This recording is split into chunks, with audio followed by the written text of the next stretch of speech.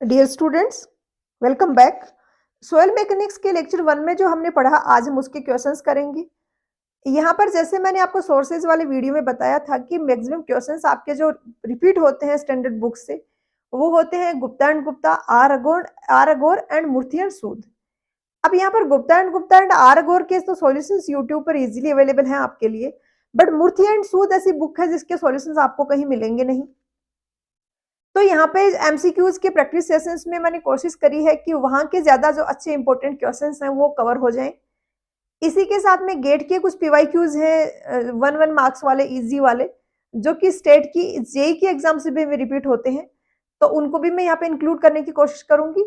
तो स्टार्ट करते हैं। आज के लेक्चर में हम 28 क्वेश्चंस कवर करेंगे। यहाँ पर एक आप लोगों के लिए एडवाइस है, सजेशन है कि जो भी क्वेश्चंस हैं, आप एक हर एक क्वेश्चन को एक बार पॉज करके खुद से अटेम्प्ट करने का ट्राई करें कि आपको क्या आंसर ठीक लग रहा है। उसके बाद फिर आप उसका आंसर और एक्सप्लेनेशन है वो सुने, तो इससे आपके ज्यादा इफेक्टिवली याद रह पाएंगी चीजें, और कहाँ आप गलती कर सकते हो वो भी आप इंप्रूव कर पाओगे। क्वेश्चन नंबर फर्स्ट में दी है कि क्वेश्चनलेस सॉइल्स है वो कैसे फॉर्म होती हैं। तो फिजिकल डिसइंटीग्रेशन से जो सॉइल्स फॉर्म होती हैं वो ग्रेवल या सैंड जैसे कोर्स ग्रेन सॉइल्स होती हैं और कोहेशनलेस होती हैं। उसी तरीके से जो केमिकल वेदरिंग से, जैसे हाइड्रोलिसिस हो गया, इस टाइप की रिएक्शन से जो सॉइल फॉर्म होती है वो होती है फाइन ग्रेन सॉइल्स, और मोस्टली जो कोहेसिव सॉइल्स होती हैं। तो यहाँ पर ए होगा आंसर। केमिकल वेदरिंग का पूछा जाए तो कोहेसिव सॉइल होगा। क्वेश्चन नंबर सेकंड में दिया है कि सॉइल्स हैं वो बेसिकली कौन सी टाइप की मटेरियल है। तो ये ऑर्गेनिक मटेरियल भी होता है और इनऑर्गेनिक भी होता है। ये मूर्ति एंड सूद का क्वेश्चन है, जो कि लास्ट ईयर या उससे लास्ट ईयर, जो मतलब पहले जो एग्जाम हुआ है जेई का, उसमें रिपीट हुआ है, पूछा हुआ है वहां पर। क्वेश्चन नंबर थर्ड में दिए है कि ड्रिफ्ट वो मटेरियल, मतलब ड्रिफ्ट कोई मटेरियल है जो कि कौन सी वेदरिक एजेंसी से पिक किया जाता है, मिक्स होता है, डिसइंटीग्रेट होता है, ट्रांसपोर्ट होता है और रीडिपोजिट होता है।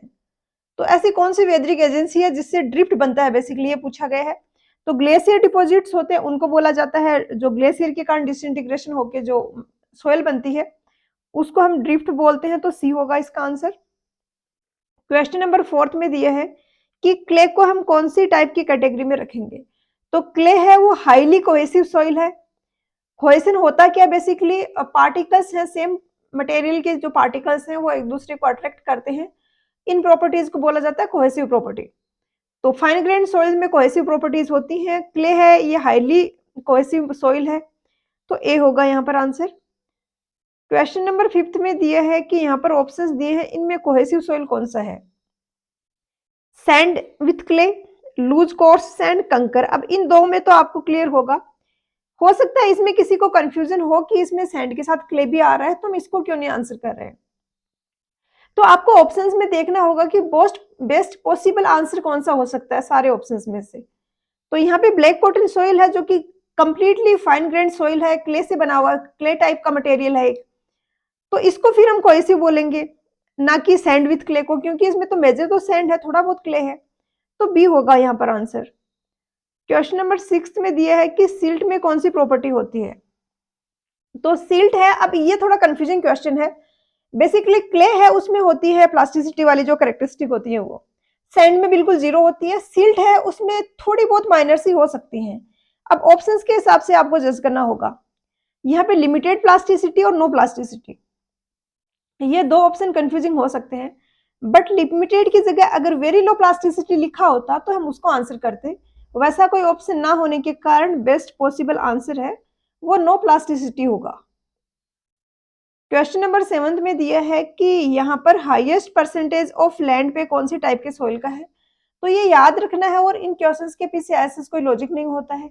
बट आपको पता है कि कुछ बुक्स हैं, एमसीक्यू बुक्स, जिनसे आपके एग्जाम्स में क्वेश्चंस पूछे जा रहे हैं, तो वहां पर आपको फिर याद रख लेना, उन चीजों को रख लेना इजी रहता है, क्योंकि 4-5 भी ऐसे क्वेश्चंस हो गए तो आपको काफी लीड मिल जाएगी बाकी स्टूडेंट्स से।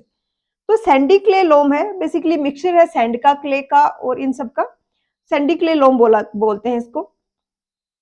ये होगा आंसर। क्वेश्चन नंबर 8 में है कि water weight of water to the weight of solids है किसी गिवन सॉइल मास में, मतलब WW/WS।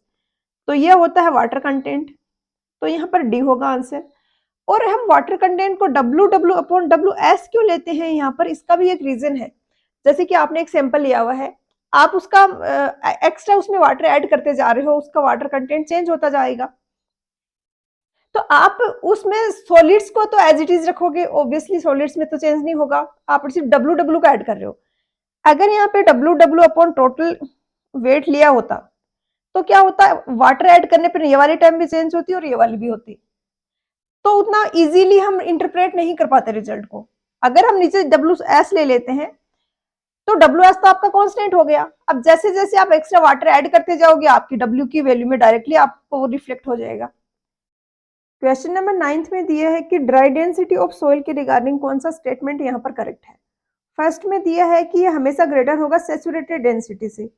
ड्राई डेंसिटी क्या होता है, क्विक सैंपल है, आपने उसको ओवन में ड्राई कर दिया, सारा वाटर इवोपोरेट करा दिया।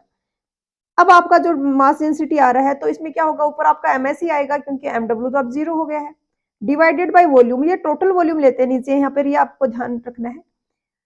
दूसरा दिया सैचुरेटेड डेंसिटी, सो सैचुरेटेड डेंसिटी क्या होगी, एमएस प्लस एमडब्ल्यू, क्योंकि सैचुरेटेड डेंसिटी कौन सी डेंसिटी रिप्रेजेंट कर रही है, ऐसी सिचुएशन जब जो भी वॉइड्स थे सोइल के अंदर आपने उन सबको वाटर से फिल कर दिया है।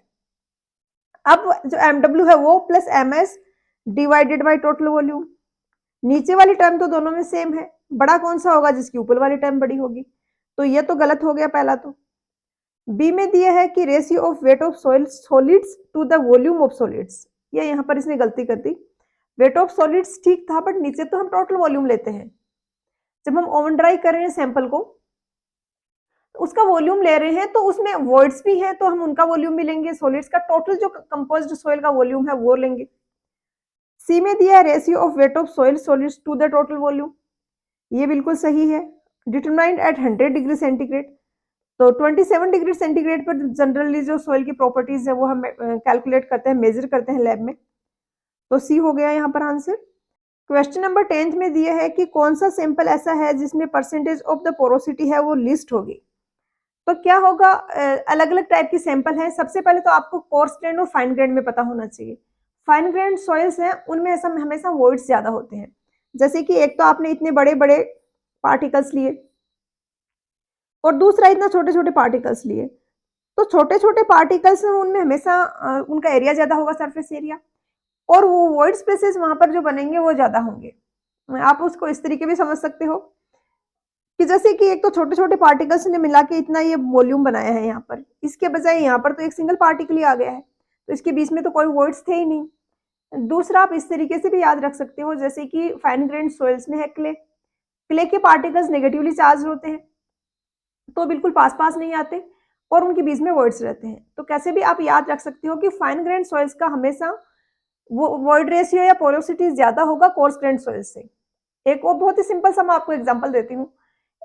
फॉर एग्जांपल एक तो आपने बहुत ही कोर्सली ग्राइंड किया हुआ कोई मटेरियल लिया जैसे कि दलिया, एक बहुत फाइनली ग्राइंड मटेरियल लिया है जैसे कि आपने फाइन पाउडर लिया है, आटा लिया है, तो आपको दिख रहा है किसमें वॉइड्स ज्यादा होंगे। जो फाइन वाला है आप उसको मुट्ठी में लेके कितना कंप्रेस कर सकते हो, फाइन वाले को कर सकते हो, कोर्स वाले को नहीं कर पाओगे क्योंकि उसमें वॉइड्स कम है। तो इतने सारे एग्जांपल मैंने दे दिए हैं, अब आपको कोई कंफ्यूजन नहीं होगा कभी कि दोनों टाइप की सोइल में कंपेयर करने में किसमें वॉइड रेशियो पोरोसिटी ज्यादा होगा। अब यहाँ पर तो आपको कॉमन सेंस से आइडिया लग रहा होगा कि लूज और सैंड और कॉम्पैक्ट सैंड, तो ऑब्वियसली लूज सैंड है उसमें पोरोसिटी ज्यादा होगी, कॉम्पैक्ट सैंड है, डेंस सैंड है, उसमें वॉइड्स कम होंगे, तो सबसे कम इनमें हो जाएगा फिर कॉम्पैक्ट सैंड।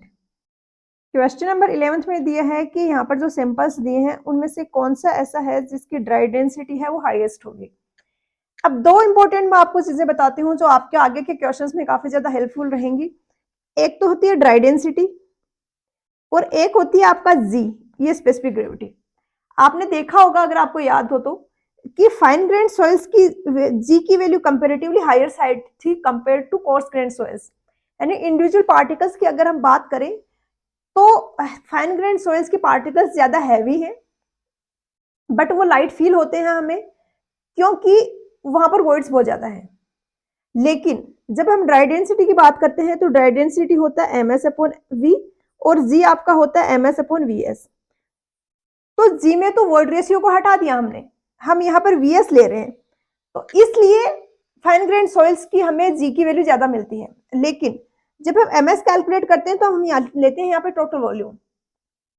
टोटल वॉल्यूम में आपका वीएस भी है और वीवी भी है।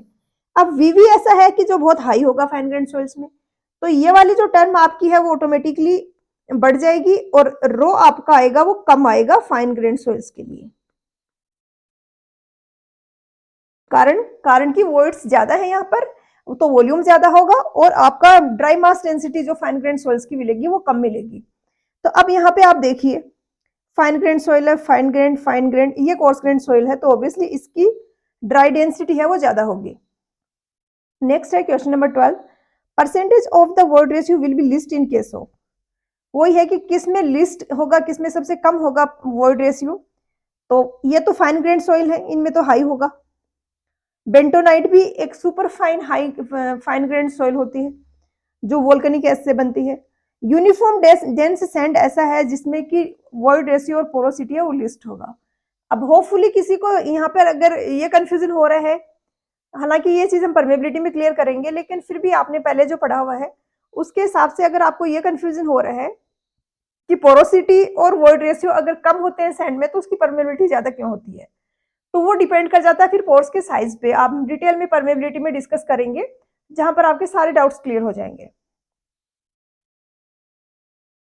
क्वेश्चन नंबर 13 में दिया है कि एक सॉइल सैंपल है जिसकी स्पेसिफिक ग्रेविटी 2.6 है, वर्ड रेशियो 0.78 है, वाटर कंटेंट परसेंटेज में कितना रिक्वायर्ड होगा to fully saturated the soil. मैंने आपको बताया था कि ये बहुत इंपॉर्टेंट रिलेशन है, आपको याद रखना है हमेशा हमेशा।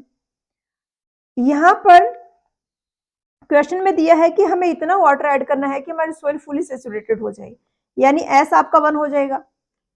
ई आपको दिया गया है 0.78, डब्ल्यू आपको निकालना है कि सैचुरेशन के कोरस्पॉन्डिंग कितना वाटर कंटेंट होगा, और जी आपको दिया गया है 2.6।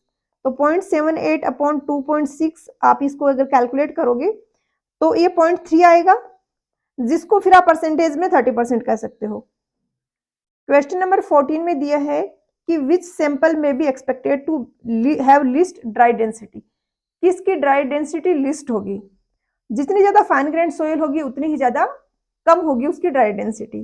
तो बेंटोनाइट ऐसी है जो कि सुपरफाइन सॉइल होती है, फाइन ग्रेन सॉइल में क्ले का ही एक टाइप है, तो बी होगा यहां पर आंसर।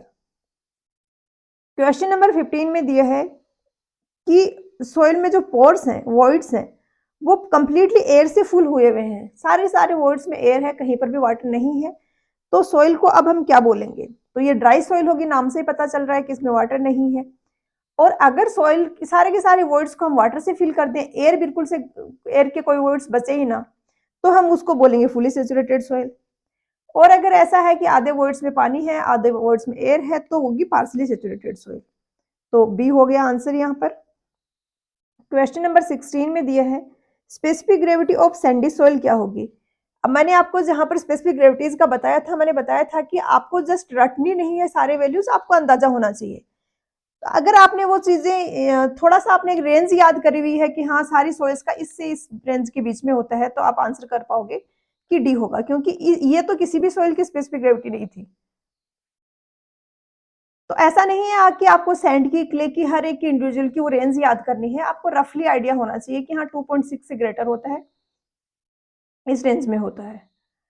क्वेश्चन नंबर 17 में दिया है कि कोई वेट सॉइल मास है, इसमें एयर ऑक्यूपाई कर रही है 1/6 ऑफ इट्स वॉल्यूम, यानी वी ए आपका है, वी टोटल वॉल्यूम है, वी टोटल वॉल्यूम है तो वी ए हो गया v/6, and water occupies 1/3 of its volume, तो वी डब्ल्यू हो गया v divided by 3, water occupies 1/3 of its volume, तो वर्ड रेशियो क्या होगा, तो वीवी will be equal to V A plus V W, और हमसे पूछा गया वर्ड रेशियो जो होता है वीवी अपॉन वी एस, तो वीवी आपका हो गया v/6 plus v/3 divided by V S क्या हो जाएगा, v माइनस वीवी, तो v/6 plus v/3 divided by v minus v/6 minus v/3, इसको सोल्व करेंगे तो 1 आ जाएगा आपका आंसर यहाँ पे, ऑप्शन सी। क्वेश्चन नंबर 18 में दिया है कि सबमर्ज डेंसिटी किसी सॉइल की है, वो किसका रेशियो होता है। ये क्वेश्चन थोड़ा सा कंफ्यूजिंग हो सकता है, बट अगेन फिर आपको बेस्ट पॉसिबल आंसर है उसी को आंसर करना होगा, और ज्यादा से ज्यादा मतलब कोशिश करें कि ज़्यादा से ज़्यादा क्वेश्चंस आप अपनी प्रैक्टिस में, प्रिपरेशन के ड्यूरेशंस में फेस कर लें, ताकि आपकी थोड़ी एबिलिटी डेवलप होगी कि कैसे जज करना है ऐसे क्वेश्चंस को। Submerged density of soil is the ratio of weight of soil in water to its volume. Weight of soil minus weight of equivalent water to volume of soil. Weight of soil less weight of water to the volume of solids plus voids in the soil. तो वैसे तो ए भी ठीक ही लग रहा है, but सी ज्यादा accurate definition हमें दे रहा है। क्या है ये? Weight of soil less weight of water, यानी वेट ऑफ वाटर जितना उसने डिस्प्लेस किया है सॉइल ने वॉल्यूम, उस वॉल्यूम ऑफ सॉइल मतलब जितना वाटर डिस्प्लेस किया सॉइल ने, उस वाटर का जो वेट है वो डिवाइडेड बाई नीचे वी एस प्लस वीवी, यानी वी एस प्लस वीवी नीचे टोटल वॉल्यूम ले लिया, और ऊपर है वो सबमर्ज्ड वाला यूनिट वेट लिया है। सबमर्ज्ड वाला कैसे है? क्योंकि ये वाली टर्म हमने माइनस कर दी है। क्वेश्चन नंबर 19 में दिया है कि अपर्चर का साइज क्या होगा? IS सीव 300 micron. तो ये सीव का जो नंबर लिखा है यहाँ पे यही रिप्रेजेंट कर रहा है 300 माइक्रोन, यानी इसके जो ओपनिंग होंगी सीव की, होल्स होंगे, उनका साइज होगा 300 माइक्रोन। 300 माइक्रोन को अगर mm में लिखोगे तो माइक्रोन होता है 10⁻6 -6 मीटर, और mm होता है 10⁻³ मीटर। तो इसको आप ऐसे 1000 से डिवाइड कर दोगे तो आपका mm में आ जाएगा, तो ये आ जाएगा 0.3 बी होगा आंसर। क्वेश्चन नंबर 20 में दिया है कि सॉइल है तो वो श्रिंकेज लिमिट के बियॉन्ड अगर ड्राई किया जाए तो ये क्या शो करेगी? तो कोई भी वॉल्यूम चेंज नहीं आएगा। ये हम नेक्स्ट वाले में ज्यादा डिटेल में पढ़ेंगे, बट अभी मैं आपको थोड़ा सा इसके बारे में बता देती हूँ। क्या होता है कि श्रिंकेज लिमिट वो वाटर कंटेंट है जिस पर कि मतलब वो मिनिमम वाटर कंटेंट है जिस पर कि सॉइल फुली सेचुरेटेड हो, कि इतना वाटर ऐड कर दिया, सॉइल फुली सेचुरेटेड। अब उससे ज्यादा अगर हम वाटर ऐड करेंगे तो सॉइल के वॉल्यूम में हमें चेंज देखने को मिलेगा, क्योंकि जो वॉइड्स है वो सारे के सारे फिल हो चुके हैं वाटर से। बाकी वाटर कहाँ जाएगा? वो एक्स्ट्रा ऐड होगा सॉइल के साथ में, एक्स्ट्रा स्पेस ऑक्यूपाई करेगा। श्रिंकेज लिमिट से अगर हम इस साइड जाते हैं, हम डिक्रीज करते हैं वाटर कंटेंट को, तो क्या होगा? श्रिंकेज लिमिट पे सारे के सारे वॉइड्स में वाटर फिल हो रखा है। आप वाटर कंटेंट डिक्रीज करोगे तो कुछ कुछ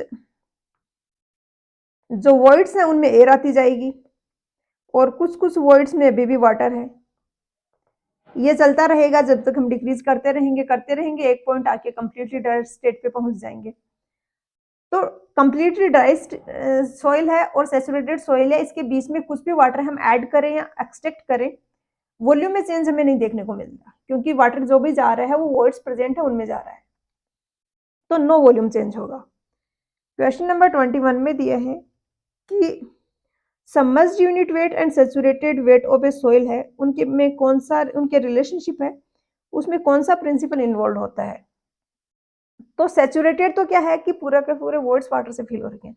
सबमर्ज्ड क्या है कि आपने इसको पानी के अंदर रख दिया, यहाँ पे आपने कोई सॉइल का सैंपल रखा हुआ है, तो अब इसमें क्या होगा कि इस पे बायोंसी फोर्स लग रहा होगा, इसी के कारण तो हम W माइनस डब्ल्यू करते हैं ना, सॉरी W माइनस डब्ल्यू करते हैं। तो ये बायोंसी फोर्स यहाँ पे लग रहा होता है, और बायोंसी फोर्स हम किससे निकालते हैं? आर्किमिडीज प्रिंसिपल से निकालते हैं। ये गेट का क्वेश्चन है, और गेट के ऐसे एक एक नंबर वाले क्वेश्चंस हैं वो काफी फ्रीक्वेंटली रिपीट होते हैं स्टेट ओई और जेई की एग्जाम्स में, तो यहाँ पर बी हो जाएगा आंसर। क्वेश्चन नंबर 22 में दिया है कि एक सॉइल सैंपल है, नेचुरल स्टेट में इसका मास ये है, वॉल्यूम ये है, ओवन ड्राई करने पे इसका मास ये है, जीएस ये है, वोल्ट रेशियो क्या होगा? ये भी गेट का क्वेश्चन है।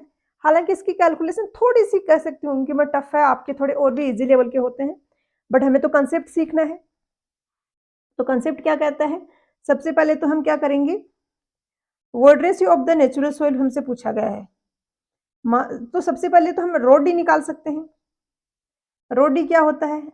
MS upon total volume.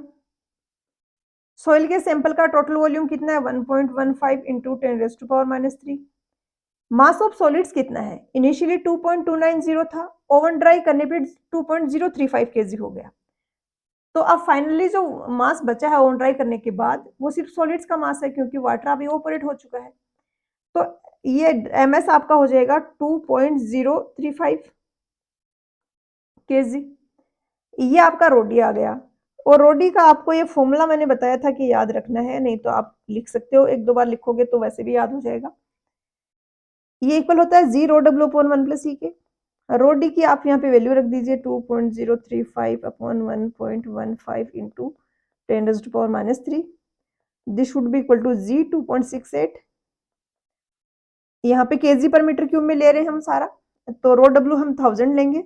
अगर कहीं पे ग्राम पर सेंटीमीटर क्यूब में आप बल्क डेंसिटी, ड्राई डेंसिटी वगैरह ले रहे हो, तो रो डब्ल्यू की वैल्यू 1 हो जाएगी, डिवाइडेड बाई 1 प्लस ई। यहाँ से आप ई के लिए इसको सोल्व कर सकते हो और आंसर आपका 0.53 आएगा।